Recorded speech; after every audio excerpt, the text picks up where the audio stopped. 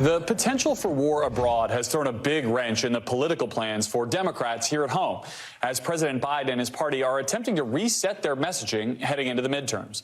Now, the White House had hoped to use this time, ahead of next Tuesday's State of the Union address, to test out a new message and a new tone. But needless to say, things haven't gone exactly to plan. Folks over at MSNBS warning their party that the crisis in Ukraine may confirm what we conservatives already know. Democrats are weak against America's enemies and backstabbers to America's allies. Joining me now, host of Trish Regan Intel podcast, editor of theintel.com, trishintel.com, Trish Regan. Also with us is political analyst Mark Halperin. Hey guys, welcome to you both. Trish, you first. The press might not be able to protect Democrats as Putin's war. It's going to have a nasty little impact on gas prices, and the folks will know that it was Biden's weakness that caused their pain at the pump, no? Look, I think folks already blame him. I mean, just look at the poll numbers. I don't know how much lower you can go at this point, really, Chris. I mean, it's just really pretty remarkable how poorly he has performed on all fronts. But I think Americans know that he is running out of options here. He has not been able to manage the economy. Yes, gas prices are going to go higher. They've already gone higher. Let's not kid ourselves. I think I saw one tweet from CBS News, which really felt like a mainstream media event. By the way, I used to work there, but they pointed out that the gas prices are moving higher now. It's like, no. They've been moving higher now for months. This is what you call inflation.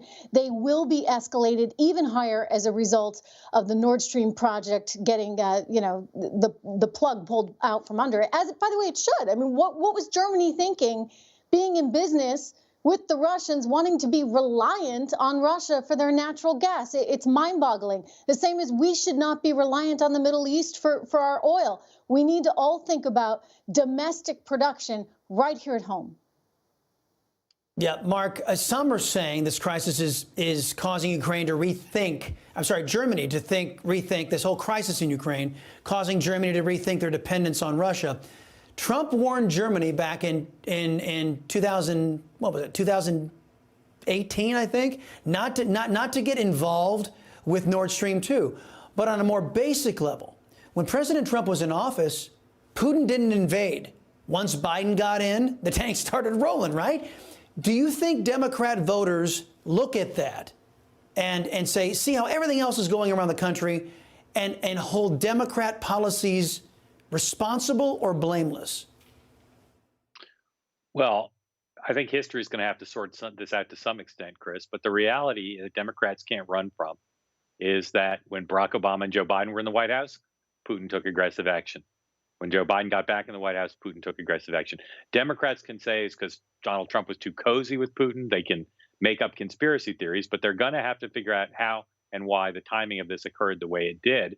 And I think Joe Biden, of all people, put his presidency, staked his three times he ran for president, in large part on his expertise, his experience, at least, in foreign policy and national security. So he said he could handle this. Let's see if he can. I'm worried for the country and for Western Europe that Putin still holds most of the high cards here. Yeah, which is a laugh riot. I don't know if you saw the preamble, Mark, but we had Biden claiming that Putin was going to be shaking in his boots if he became president because, and so he becomes president and Putin invades. Yeah.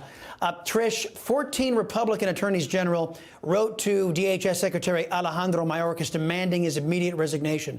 The letter cited violent crime, sex offenders, deadly drugs pouring across the southern border. Game this out for me. Do Democrats look at crime, millions of illegal aliens, as a win? Or does lawlessness actually divide the Democrat Party?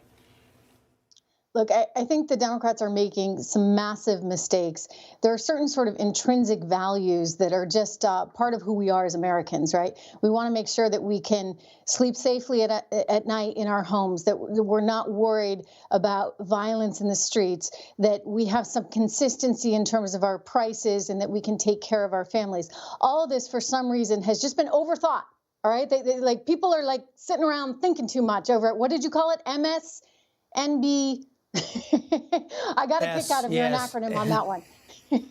People are just thinking too much. It's not that hard. Don't overthink this. You've got to provide some sense of normalcy for the American people, and that means not worried about, who's crossing the border, not knowing who's in this country, worried about violence, worried about inflation. These are not things that people want to wake up every morning and have to face. And so I think that the Democrats need to do some soul searching on this one.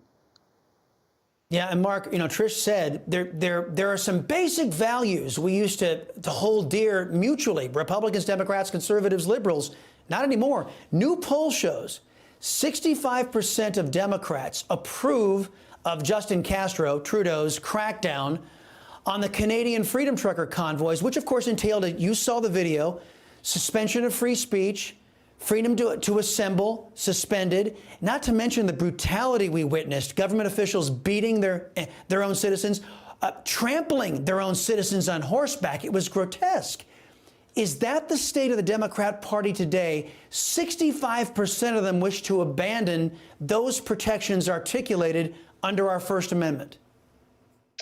Chris, I think on a range of issues, crime, freedom of speech, immigration, education, the Democratic Party is divided. And the smarter Democrats, I think, realize that if they don't get their house in order on these things, if they don't lead rather than just following what the base of their party wants, they're going to have a lot of trouble, not just in the midterms, but in the long-term brand of the party.